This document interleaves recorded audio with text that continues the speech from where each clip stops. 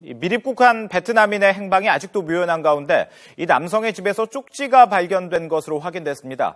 이 쪽지에는 다른 베트남 남성의 이름이 적혀 있었는데 국내에 같은 이름을 쓰는 6명에 대해서 당국이 집중적으로 수사하고 있습니다. 취재기자 연결하도록 하겠습니다. 강희경 기자. 네, 인천국제공항에 나와 있습니다. 네, 이름이 적힌 쪽지 이게 단서가 될지 궁금한데 언제 이런 쪽지가 발견된 겁니까? 네, 경찰이 이 쪽지를 발견한 건 지난주 토요일 저녁이었습니다. 베트남 남성 A씨는 인천공항에서 미입국하는 과정에서 인천공항에 짐가방을 하나 두고 갔는데요. 인천 출입국관리사무소에서 보관하고 있던 이 짐을 경찰이 지난주 토요일에 낱낱이 확인했고 가방 안에서 의문의 쪽지 하나를 발견한 겁니다. 이 쪽지에는 한 베트남 남성 B씨의 이름이 적혀 있었는데요.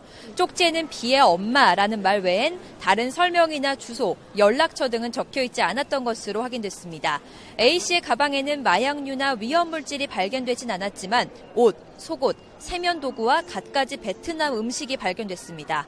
이 가운데 쪽지는 A씨의 가방에 있던 베트남 전통 음식과 함께 발견됐는데요. 경찰은 이 점을 토대로 A씨가 자신의 지인인 B씨의 어머니에게 이 짐을 가져다 주려고 했을 가능성에 무게를 두고 있습니다. 때문에 수사당국은 B씨 또는 B씨의 어머니의 행방에 대해 집중적으로 수사를 진행하고 있습니다.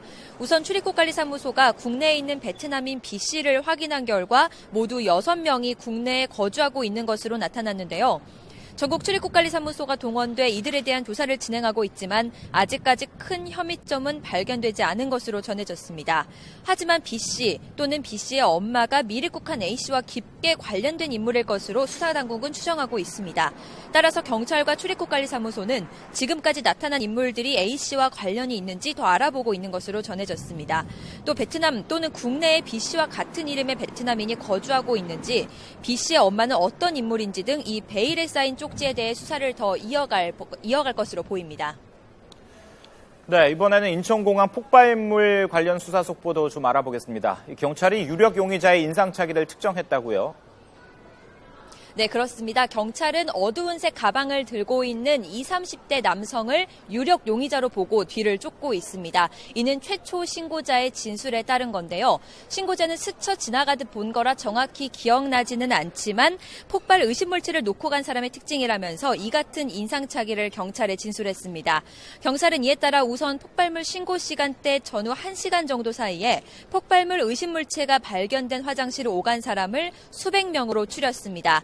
이 가운데 20, 30대 남성 가운데 어두운 색 가방과 캐리어를 든 사람을 여러 명, 수명 단위로 추리는 단계까지 수사가 진행된 것으로 나타났습니다.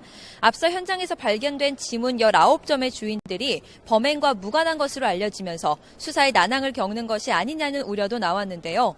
용의자 인상착의가 특정되고 또 그만큼 용의자 폭이 축소됨에 따라 수사에 더욱 박차가 될 것으로 보이고 있습니다. 지금까지 인천국제공항에서 YTN 강희경입니다.